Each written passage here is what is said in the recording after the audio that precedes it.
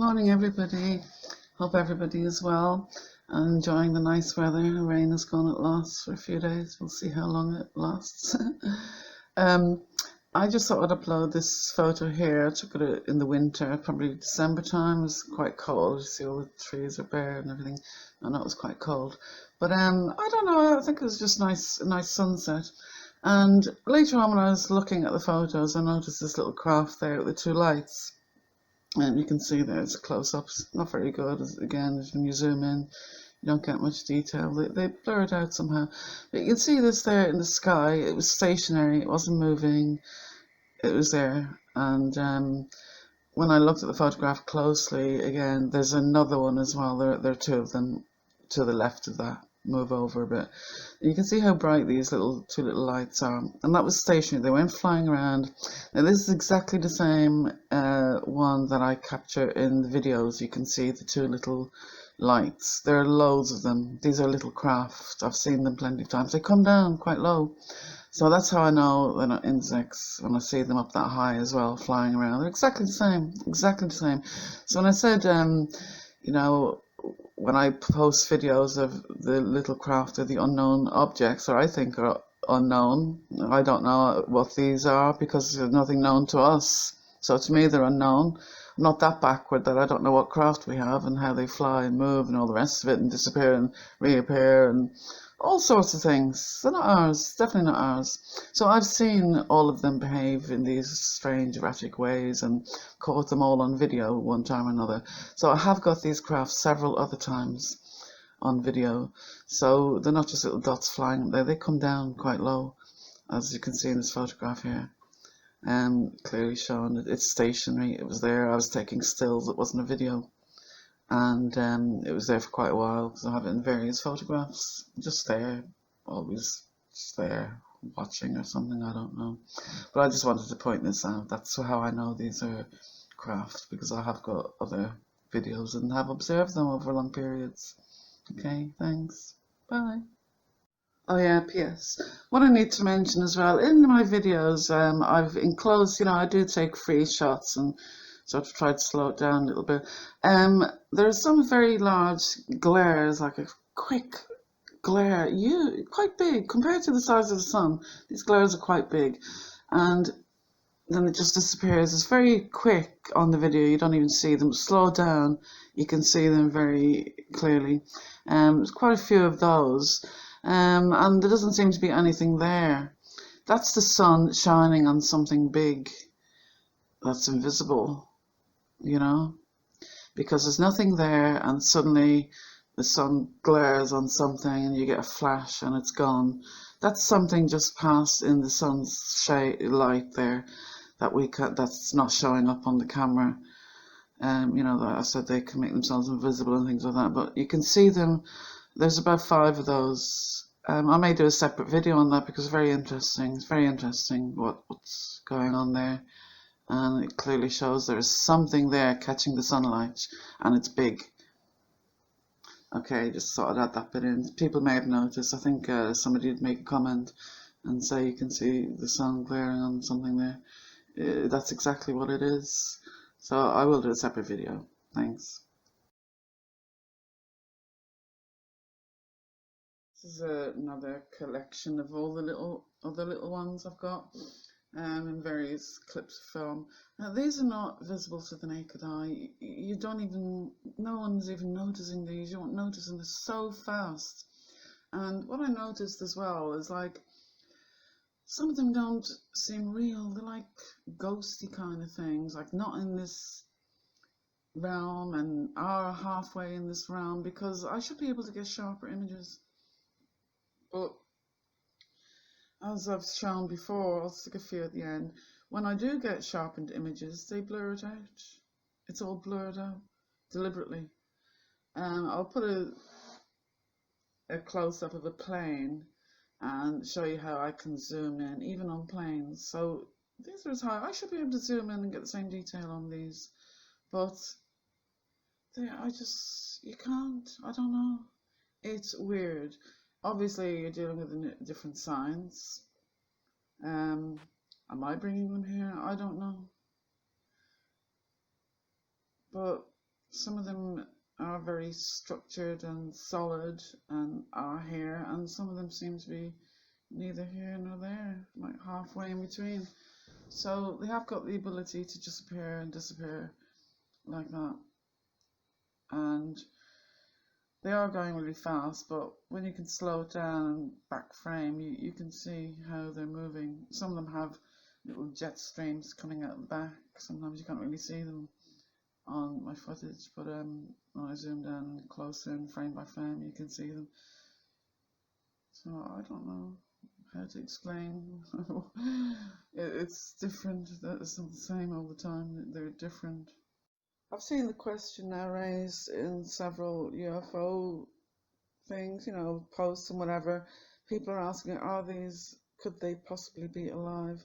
Well, I've been saying this for a long time, because the way they're moving, they're liquidy and can change and can move like a being, like a living thing. So I would say yes, absolutely, that's a possibility. I've got several things on film now that could be considered to be alive rather than a structured metal object, Absolutely. Just the UFO notes as I'm doing them as I go along. I've seen comments, people saying, oh, these are just flecks of dust, these are particles in the air. Okay, they're not.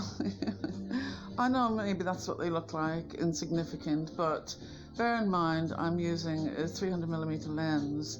These things, some of them are going behind the clouds, in and out the clouds. So that means they're at least 20,000 feet up.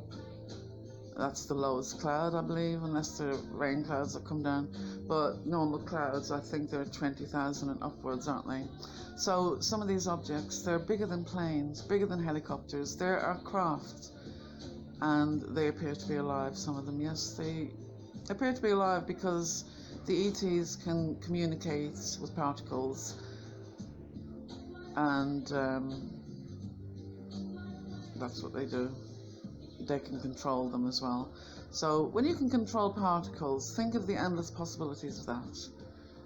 It's unfathomable. So to see them do things like that, to me, when I see them do things like that, it's not that unbelievable, because I've seen these things since the 60s. I'd seen a lot of this stuff on screens and hieroglyphics, holograms, and all this kind of way out tech, lights and things that can just transform from one thing into another. Like people will say, oh, it's magic. It's not magic, it's science and physics that we don't know about yet.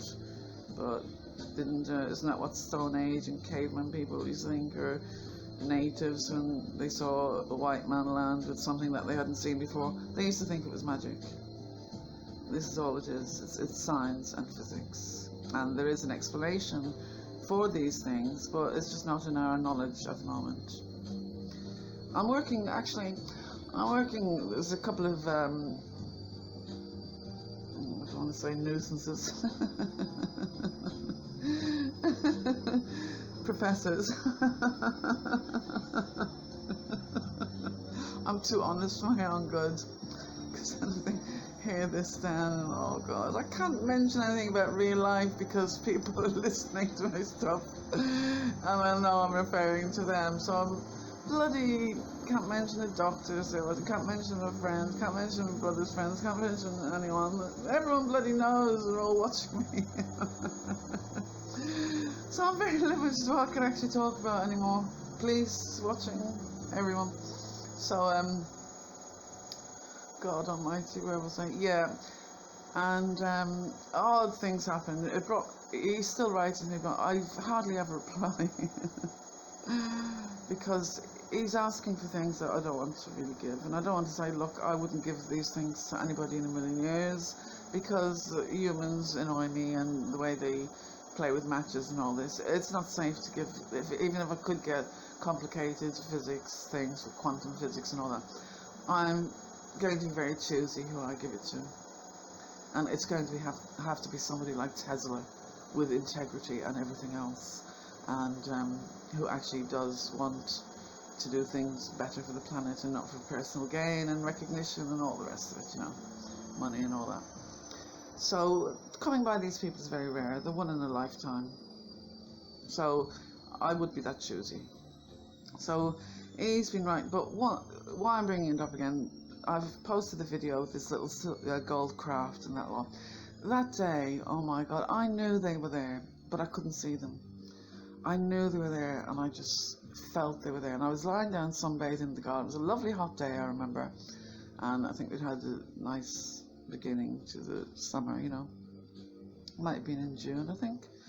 And I was sunbathing out on the sunbed, and just lying there, and I just felt them there. So I opened my eyes a few times and looked up. I couldn't see a thing. You know, I do see little sparkles now and again. I know what they are now, but at that time I didn't know. I just thought it was my eyes. You know, you see stars and see little twinkles and things like that. It's just little glistens of moisture in the air and all kinds of things like that. Never in a million years thought they were craft. You know, normally the craft that I've seen, they come down really low and it's a light and an orb and they come flying around the house, so I'll film that. But these ones during the day, I think these were the first time I've filmed these things. And after I found these in the photographs 3 months later, I think it was, filmed them in June, found them in October, the end of October. And that's why I did the video at Miles for the Guy Fawkes firework night. I was there, he invited me down for fireworks, and I went through them all. I just found them a couple of days before. So I was, that day, I'd had an email from the professor asking me, can you ask your ET friends to help? I need to be, I want this, I want that, I want to know this, I want to know that. Free energy this, free energy that. So I'm a bit reluctant, as I said, but without telling him, I just said, look, I don't think they're going to give me stuff like that. But he's asking, please, please, here's my picture, here's my son's picture,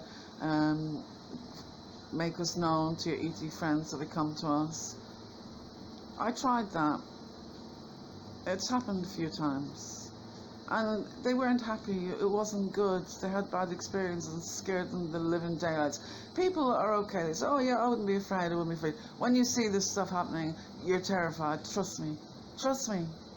Because it goes against everything you've ever believed in and your whole being. It goes against everything, your faith, everything, when you see something like extraordinary like that. And it makes you change your whole attitude about everything. So it's not easy to deal with, it really isn't. So, but that day, yeah, as I said, I felt them there, I started taking pictures, and I kept looking up, but then I started getting all this stuff in my head, and I was just lying there relaxing, and I kept seeing all these numbers and figures and sums and things, and there was a picture of Einstein, that famous picture when he's standing at the blackboard, one of those, and he was writing all this stuff on the blackboard, and there was one in particular, a big long problem that he was working on, and I was seeing that, and I know it sounds weird, I sound like I'm losing the plot, I know, but it's true. Anyway, I thought it was a remote viewing, I read about that, and I thought that's what it was, but it's not. ETs have told me I'm an invisible traveller, and I did notice this. I've done things that I thought it was in a dream, and I woke up and they'd been done, and so it wasn't a dream, like sleepwalking or something. And I can hear conversations. Oh. I'm just watching that video. Just answering a few comments.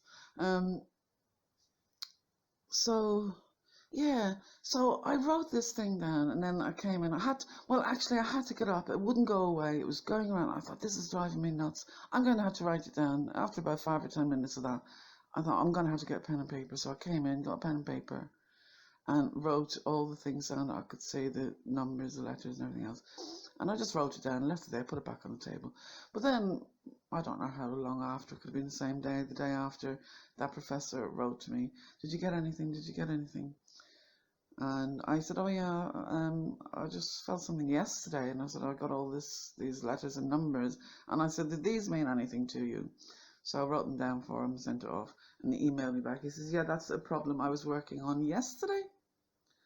Yeah, it was the next day. He said, that's the problem I was working on yesterday. So at that exact same time he was working on it, I was writing it down.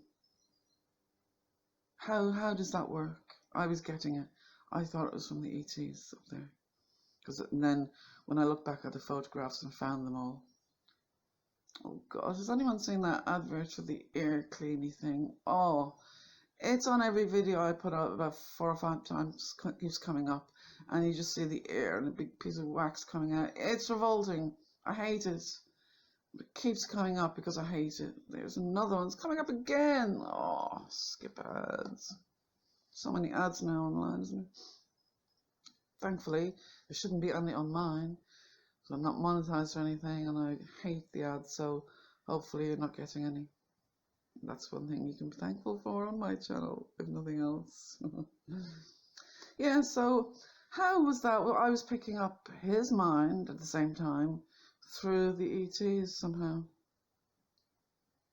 And that's the only thing. They've never really given me anything else for him, and I haven't really asked that. My heart isn't in it, so if I'm not really asking properly and like genuinely, I don't think they're going to listen anyway. So I'm not hopeful on that. But I just don't want to be rude to him, you know. But the thing is, though, is this professor now, because I was able to get certain things from that day, and he sees that as direct correlation and confirmation that the ETs accept him to give him information. I don't know how I did it. I thought it was through the ET, but it was something that I was doing. I don't know. But see, the thing is, to me, the world is in bits. It really isn't about state, and people should be trying to work towards fixing things to do with that. World hunger, all these elites milking everybody for centuries. This all needs to be sorted out first before any new inventions. You know, to me, this is selfish. And so, without actually saying this to him and whatever, I just keep fobbing him off and not replying, but he's pestering the life out of me. So, you know, I've got proof there that I can get these things if it's in the best interest. God knows what I can get from these ETs. I am linked to them somehow. They do listen to a lot I say. Things have been done in the past. I've asked them to do things and they're done. You know, but it depends on what I ask them to do as well. Not everything. Didn't win the lottery yet.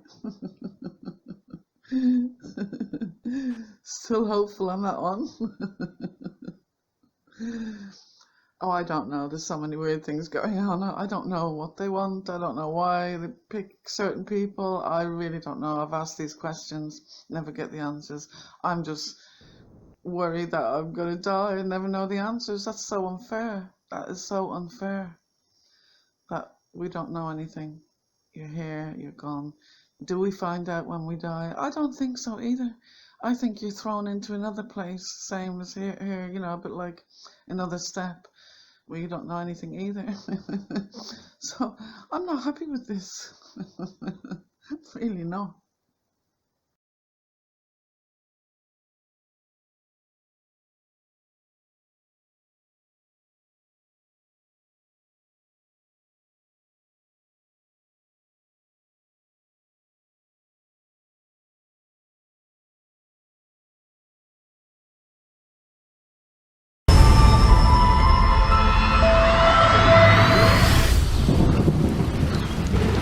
The village of Sevanagala in eastern Sri Lanka. A typical day in the monsoon season, the rain torrential. Except there's something very different about this rain. Its color. It rained on and off for 60 days straight. People were held captive by the mysterious red downpour and feared their drinking water was contaminated. Initially unable to find the cause of the red rain, investigators turned to similar events around the world for a possible explanation. And incredibly, there were other cases. Sydney in 2009 awoke to a red fog engulfing the city. How bizarre is this? It stretched 600 kilometers along the coast and remained for 48 hours. It was rich, ferric dust blown in by strong winds from drought-affected deserts inland.